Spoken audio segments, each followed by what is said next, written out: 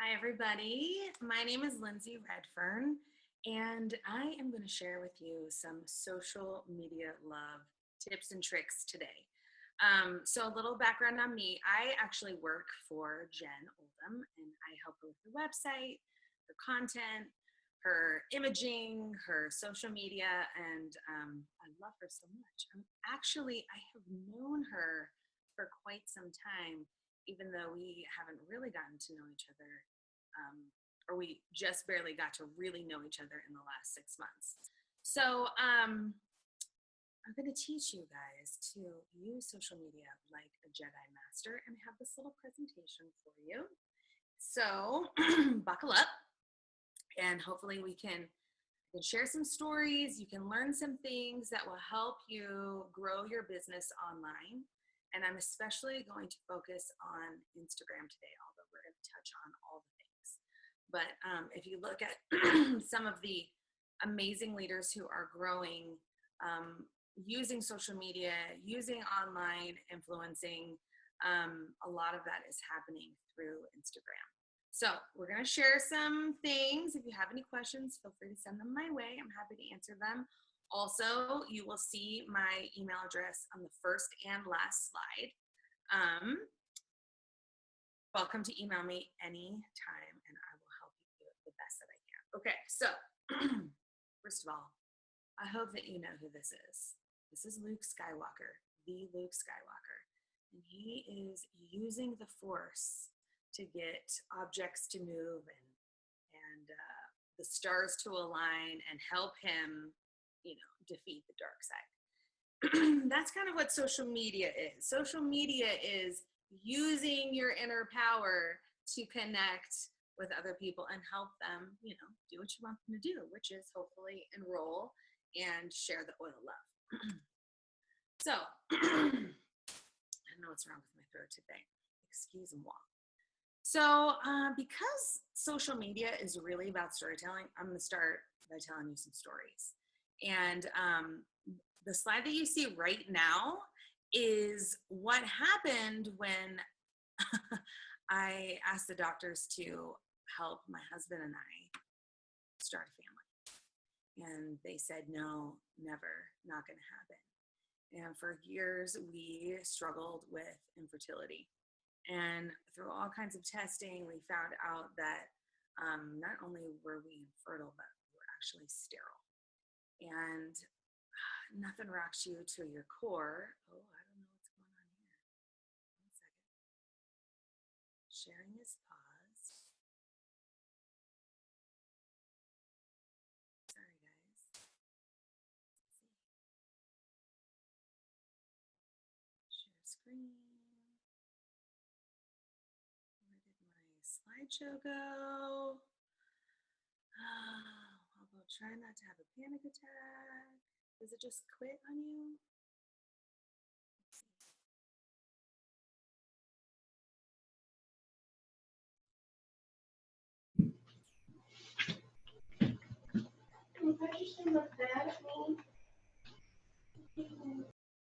Okay, I'm going to stop. I'm going to stop doing this for a minute, and then I'll jump back on. Bree, are you with me? Yeah, I'm here. Did it just stop sharing? I don't know. It like quit on me, so I need to pull it up again. Okay. Hi, ladies. Just make sure you're muted when you come on. Looks like everyone's muted.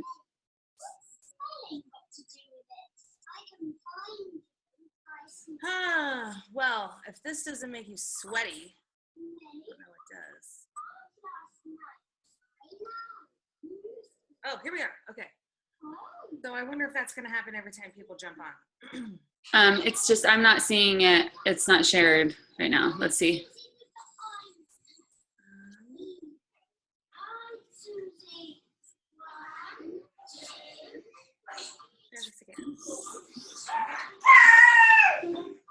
There we go. Yeah, there we are. Good. Back online. All right. I hate that kind of stuff because I hate to waste your time. Okay, we're good to go. So I was just telling, this really emotional story about finding out that we couldn't have children, and that my husband is sterile, And it's like a genetic disorder that he has. Whatever. We are all dealt really difficult things sometimes, right? And our stories can be difficult. But there is something about feeling like you're supposed to be a mom, like feeling it in your core ever since you were a little person, and then having somebody tell you, no, never, not going to happen. And through a series of really powerful, spiritual, and like, thought-provoking conversations with my family, and especially with my husband, we decided that we would try and build our family through adoption, and we felt like this pull. Well, little did we know at the same time there was this beautiful 17-year-old senior in high school, and she was pregnant and she was scared. She didn't feel like she was ready to be a mom. Had some other goals for herself that she wanted to do, like graduate from high school. And anyway, she had this beautiful baby boy that you see here in the picture. His name is Tyson. And you can see the tears in her eyes. This is a picture of the day that she sent Tyson home from the hospital with my husband and I. Placed him in my arms, and my husband stood up, gave her a huge hug, and she walked out of the hospital room. And I can't even tell you the kind of courage that would take. These women, the birth parents of my children, they blow my mind. And we've had the joy of having, a relationship for 10 years with her, because this picture was taken 10 years ago. And my oldest is 10 years old. Well, less than a year later, I get a phone call from my brother-in-law that says, hey, one of my best friends is pregnant, and she wants to place her baby with you guys. Are you guys open to adopting another baby? And, let me just pick myself up off the floor for a minute. Yes. And, oh, this is my husband and I in the hospital with Tyson. Look at those baby faces. And we were invited to the hospital shortly after my second son was born. And this is like pure joy on my face right here. I never thought that I would get to be a mom. And here I am with two darling little babies. My cup just runneth over. And during this time, I discovered blogging, and I discovered social media, and I started sharing this joy that I felt along with my kids' birth parents for these babies, for these lives. Soon we had another little boy join our family, and this is the day that his birth mom, who's in the dark brown, sent him home with my husband and I. And I'm trying not to cry, you guys. I can't even see you. I'm trying not to cry. This day, it's called Placement Day. This day is probably one of the most bittersweet days that you have during the adoption process, and for me, in my entire motherhood. And here you watch a young woman who has designed a life for her baby. And in this case, our son Jackson's birth mom was just hugging him, snuggling him, and she literally took 2 steps forward and 1 step backwards as she brought him over to my husband, and then she pulled us into this huge hug of hope and of promises, and we still enjoy a great relationship with her as well. And we actually got to visit her, go to and meet her other son. We had a great time this last spring. So, oh my gosh, this is me, and this is my daughter, Nora. And I did not know that Nora was coming to our family until 2 weeks before she arrived. Her birth mom literally was standing in my living room when I walked down the stairs, coming dressed down the stairs after a shower. Luckily, I was dressed. and she was holding a sign that said, "I just met you and this is crazy, but I really love you. Adopt my baby." And I had been dreaming of a little girl for years and years and years. Like, I literally had a dream about her and her hair and tying a little sundress on her. And anyway, she is a literal dream come true. I think you can see that on my face here. And the reason that her birth mom found us is because we were willing to share our story of becoming a family and finding joy in what's called open adoption, where you have, a relationship with birth families. That's how she found us. And that's the reason why Nora's in our family. And about a year later, we found out that her biological little brother would be coming to our family too. And this is the day that he was born, and he is now a bouncing 1-year-old. And this is my beautiful family. You guys, this is the best story I know. This is the story I love to tell. It is the story about the people that I love the most, and I would do anything for them. And life was good. Life was really, really good. And then life got real tough. I lost my job right after our baby was born, and my husband lost his job a few months later. And then I got into this crazy car accident with some of my girlfriends when we were going out for a treat late one night to kind of eat our sorrows away with sugary sweets, because they were helping me mourn and stress eat, I guess, because of our job situation. And I turned into Quasimodo. You're welcome for that. And my face that you see that is blackened there, it got smashed against the car window, and I had a really bad concussion, and I had terrible whiplash, I guess. Anyway, it just hurt all over, like you do when you get hit, T-boned by someone going 75 miles an hour. Okay, oops. Now, you might, if you're wondering how all of this connects to doTERRA, it was because of that car accident that I turned to deep blue and non-traditional medicine. In fact, it was the doctor that I saw from my brain trauma from my concussion, who was helping to treat me with, I had post-concussion syndrome. He recommended some non-traditional methods, and my sister-in-law, Bree, who introduced and helped me when everything went awry in our presentation a few minutes ago, she brought over Deep Blue, and we were watching TV, and she gave this amazing massage. And guys, it took the pain away, and is pretty incredible. So as I talked to Bree about, what is this magical lotion that you just used on me, as I talked to her, she works for Jen. She's Jen's, executive assistant. And my word, I just was intrigued by Jen, I guess. I knew that Jen was also an infertility survivor. I knew how well she treated my sister-in-law. I knew that she was business savvy and that she was willing to try new things. And so I was drawn to that. And, she, of course, enrolled me, and now I do some writing for her.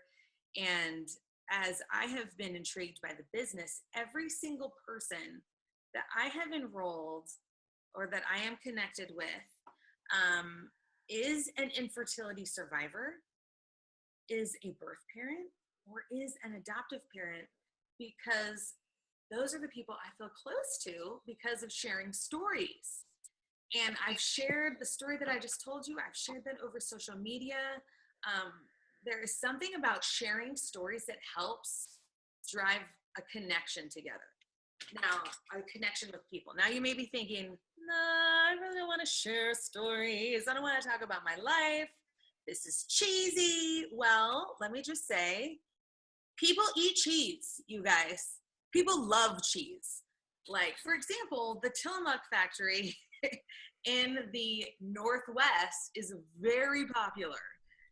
That company is doing very well because people love cheese, okay? So I want you to embrace your cheese factor.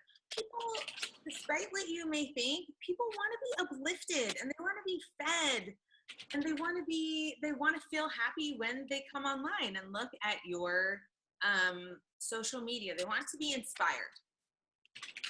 So here's a little research in case you're a research buff. Chris Brogan, he's pretty much just a genius, and you can go ahead and Google him and learn from him. He has all kinds of trainings online, but he says stories are how we learn best. We absorb numbers and facts and details, but we keep them all glued together in our heads with stories. So we want people to connect all the details of the information we're teaching them about essential oils and about how they change lives. We want them to keep all of that information, and you need to glue that together by sharing your story. Make it personal. Help people connect with you. And then Harvard Business Review, because hello, Harvard, hoity-toity, says stories are how we remember. We tend to forget lists and bullet points, which is pretty much how we teach in DoTERRA, right?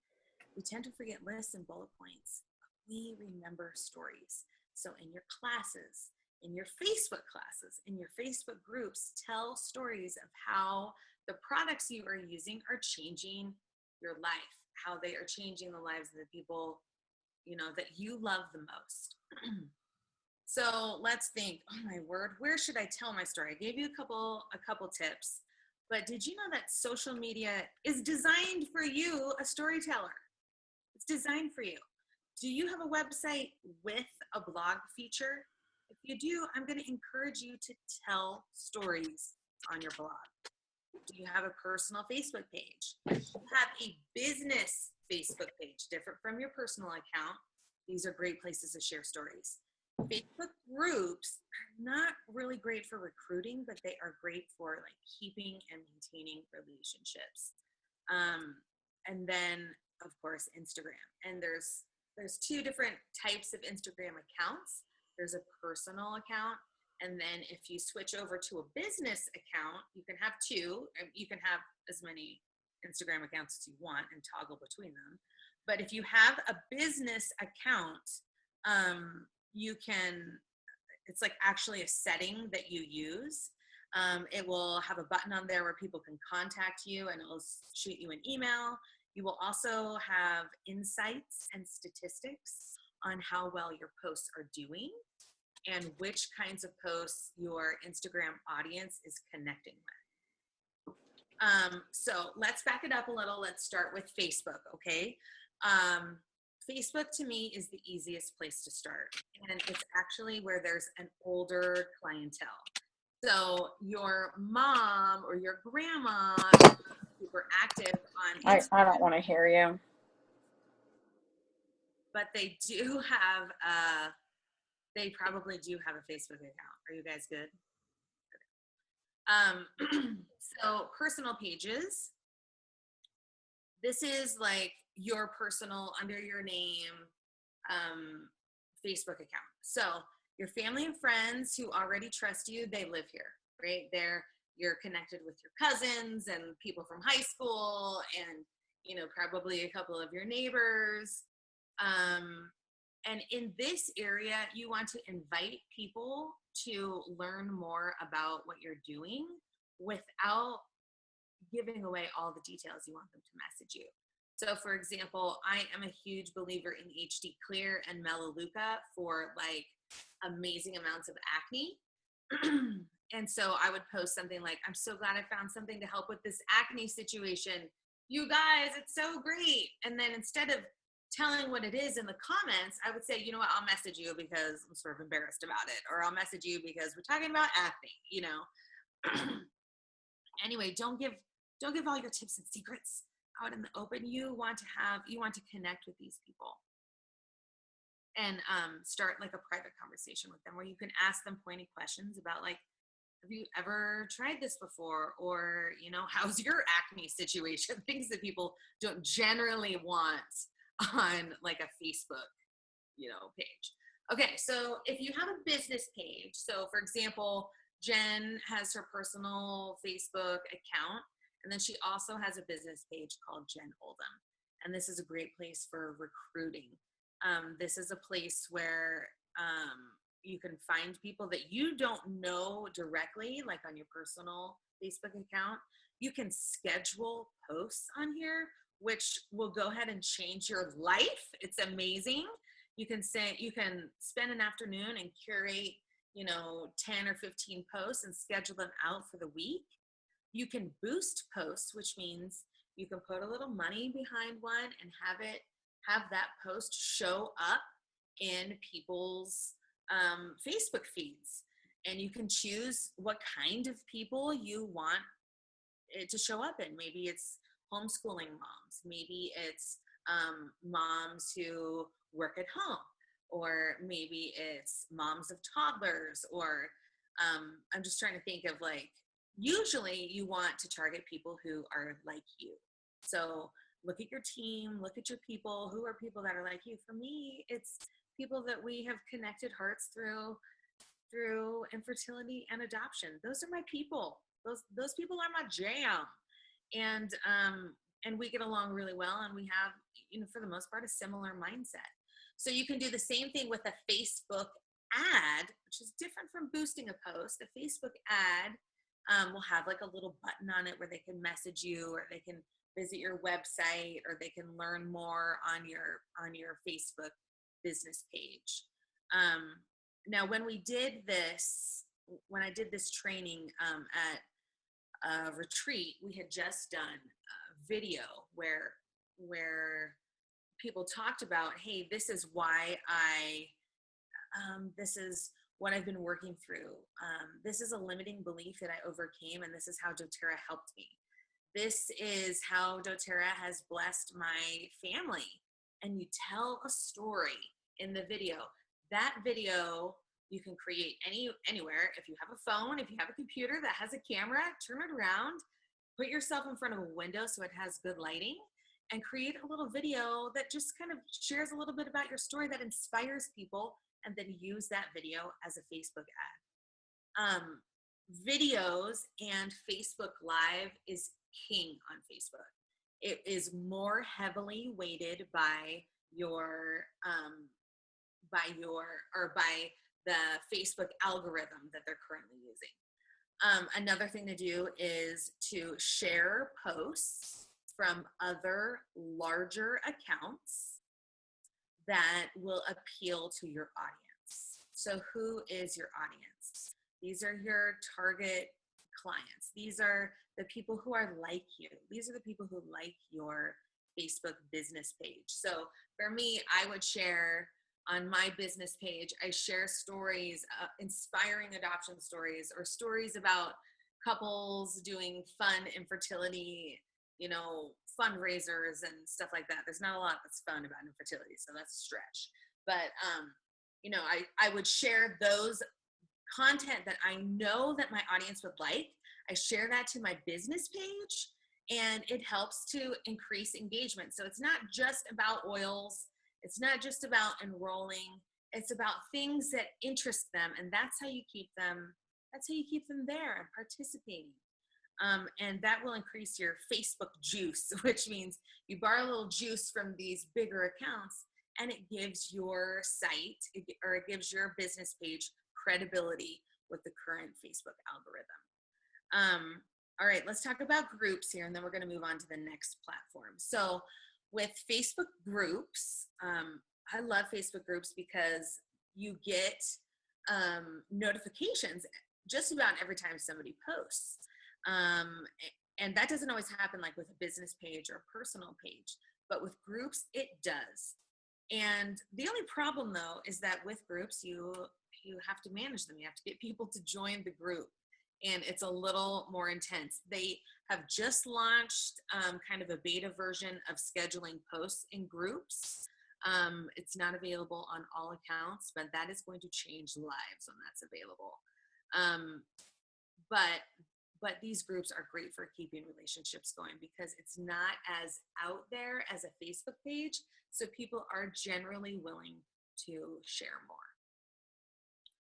Okay, so if we're leveling up from Facebook, we're going to go right into Instagram. And we talked a little bit about a personal versus a business account already.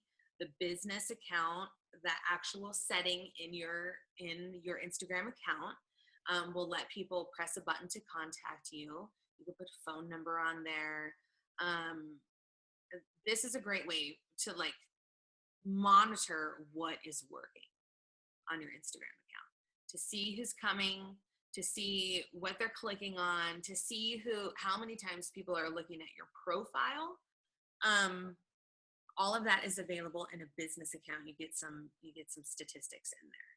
So there's no real scheduling with Instagram, and this can be a problem if you're a busy business builder, like I know you all are. There are some programs that will sort of do it, like Hootsuite is one that I am currently using, and it will let you write a whole bunch of Instagram posts and then schedule them, but it won't automatically post them.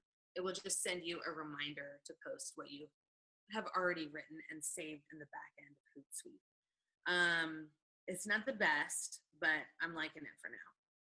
Now, it is hard to grow an Instagram following without buying robots. Okay, you can buy robots and you can Google that, and you can boost your numbers.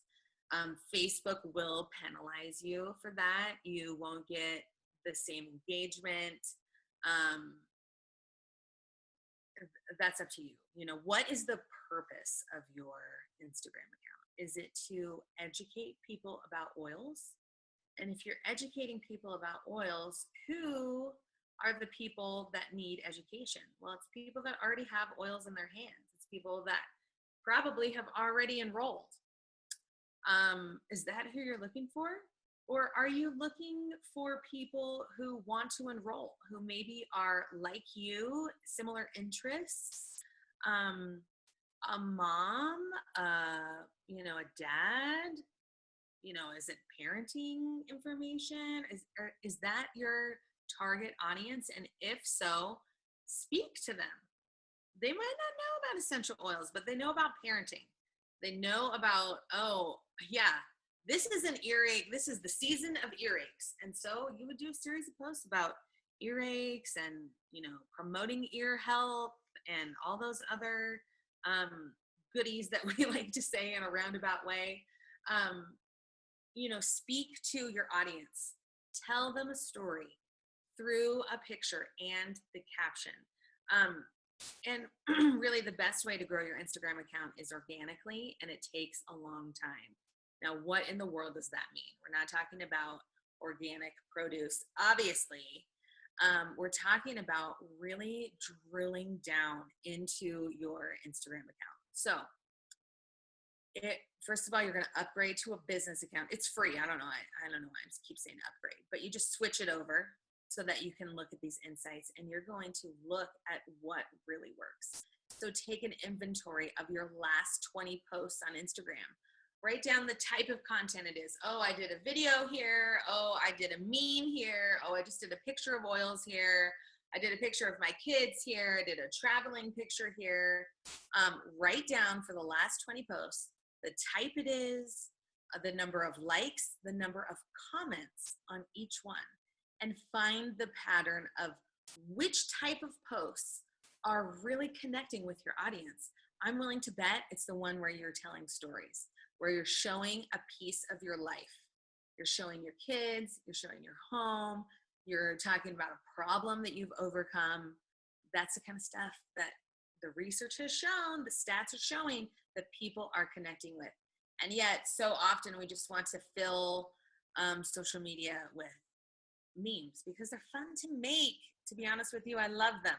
I love to make them, but they're not as engaging unless you can tell a pretty amazing story in the caption. So another thing, after you kind of look at your last 20 posts and really study them and see the pattern of what's working, then I want you to start interacting with your community. Remember, your community are the people that are like you. You have similar interests. You're inspired by the same things. And this is how you gain that loyal following that is like, well, whatever she says is the gold standard. So you need to devote time every day to liking and commenting on other people's content. So I don't know about you, but if somebody comes to my Facebook account and they like maybe 3 photos and then they leave a caption that I can tell is not copy and paste, that's just like specific to the picture, I'm going to go ahead and click on their account and check them out, because I don't know why. Curiosity, I guess. But I'm like, who is this that is looking at me? This will help you doing that, being that person that likes and comments on the people, on your community's content. This will help you develop your brand and your brand on Instagram. So something you've got to remember is, just because it isn't happening on your own account, meaning like you're not liking and commenting on your own account, you're not posting on your own account, doesn't mean that you aren't building your brand. You're getting your name out there. You're building curiosity. Who is this person that is so generous with their likes and their comments, and how sweet of them to say X, Y, and Z about whatever I'm going through. I promise you, you're going to see more engagement there. Just remember that it does take a long time to build these loyal, engaged fans. If you want bots that aren't going to engage with you, you can pay $20 and buy, 1,500 of them. But if you want loyal, engaged fans that are real content, real potential clients, real contacts, real people who want to know you and know what you're all about, it does take time. So another way to find the people in your community is to identify 2 or 3 hashtags, which is like the pound sign that you see in social media. Identify 2 to 3 hashtags and click on it and start interacting with the people who are in that account. And maybe do this every night for 30 minutes while you're, watching TV or unwinding, or, rocking in your rocking chair on the front porch or whatever. But spend some time every day, if you can, interacting with your community. Find your community through hashtags of things that are, relevant to you. And that leads me to my last bullet point here. So hashtag research. Is this so crazy? Did you ever think we would be, doing hashtag research? Yes, we are. We are going to list all of the relevant keywords that would help you connect with your community. So you want to start huge. So doTERRA essential oils is a huge one, right? And then you're going to drill down to like tummy troubles, something like that. Something that doesn't have quite as many, people following that hashtag. And you're going to interact with these people, just like I said, comments, likes, give suggestions. Okay. Another thing that I see people struggle with a ton, and this one is hard. This one is very hard. So get your artist hat on when you look at these, is as you are building curiosity around yourself by liking and commenting, people are going to click on your Instagram profile. They're going to see who this person is. So, and this is what they're going to see. Everyday Jenny, if I was like, oh, who's this person who's commenting on my stuff? Well, here's everyday Jenny. And I would look at her whole account when I click over to her to find out who she is. Well, oh my gosh, aren't these images beautiful? They look great. I want to scroll down and see more. Like, are they all pink and gray? Same thing with all of these accounts, and they fit together in different ways. So the ones that are on your left, should be your left, right? The ones that are on your left, you'll see that it's a color thing. It's a color story that they're sharing, and it feels like those pictures go together. And then there in the middle, you have more of a monochromatic. Everything looks the same, but it looks like it fits together. To me, that's not quite as engaging for me, although the illustration is gorgeous. And then on the right, you can see that it's a checkerboard. So it's a white background and then a color photo, a white background and a color photo, a white background and color photo, and so on. That one is a little bit harder to see, but I like that too. I like the way that it looks. It makes me think a little bit. Find out what you like. What do you like? Are you a color person? Are you more of a meme checkerboard kind of girl, kind of guy? Find out what you like and start now. Kind of, you know, oh, hey, when I post this kind of stuff, I get great engagement and I like it. It reflects my brand. So all of these kind of snapshots of these people accounts should and does reflect who they are, reflects their brand. Okay. So keep in mind that Instagram is not just the grams, right? There's words that have to go along with it. On Instagram, your text has to be captivating to keep people engaged and not just scrolling through the picture. You know, it's half the story. You have a picture and you have a caption. Use that caption. Speak to your audience, your community, your people that are like you, interested in the same things you're interested in. Talk to them in a way that they'll connect with you. So storytelling, it's okay to tell a story. It's okay to post personal stuff. That is how we get out of, you know, social media, I don't know, funks where people are they're just consuming content. They're not making real connections. You want to tell stories to make real connections so that it can move to an even deeper connection offline. Don't just tell me what I'm looking at in the photo.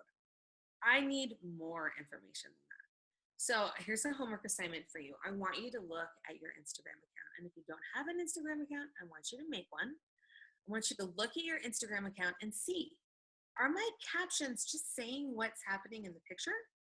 Or are my captions telling a story outside of what you can see in the picture? Maybe behind the scenes stuff. Oh my gosh, we love behind the scenes stuff, don't we? We love it all. Tell behind the scenes, tell why something happened, tell a story, get personal, connect with people. And it's okay. Like, my story is not all roses. It's okay.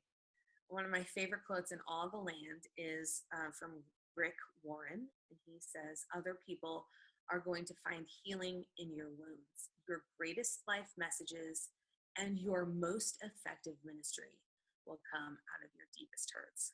And isn't that true? You know, the people that I have made the best connections with are the ones that share similar pain with me, or that have been there as I've been talking and working through some of that pain. Okay, so I just shot a fire hose at you, right? With like tons of information. So I have a workbook that goes through all of these things. And it's a $10 workbook. Send it to you. You print it out, and it will walk you through, hey, here's how I'm going to analyze my Instagram account. I'm focusing on Instagram in this workbook. Here's how I'm going to analyze my Instagram account. I'm going to go through and do all of this hashtag research, and I guide you through how to do that. And then I help you look for patterns in there and what to do next. I give you a space to kind of think through, hey, these are the hashtags that are working. These are not working. I'm going to focus on these. I help you set up a time during your day to schedule when you're going to connect and comment and like on and connect with your community. So if you're interested in any of that, please just email me. My email is Lindsey with an EY, Redfern, like the book Where the Red Fern Grows, which I hated because I'm not a super animal lover. Awkward. Lindsey Redfern @gmail.com. There's a couple of you on. Hi, guys. So if you guys have any questions, you can unmute yourself and ask away. I'll do my very best to help you.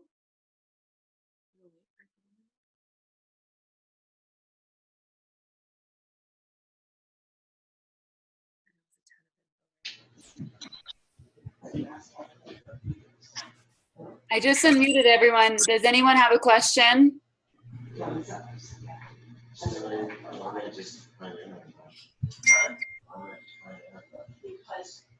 I think we're good, Breezy. Okay, all right. Well, thanks guys for coming, and go ahead and shut this down, and I hope you have a great day. Thanks, guys. Good luck. She's been here. She was here for New Year's Eve.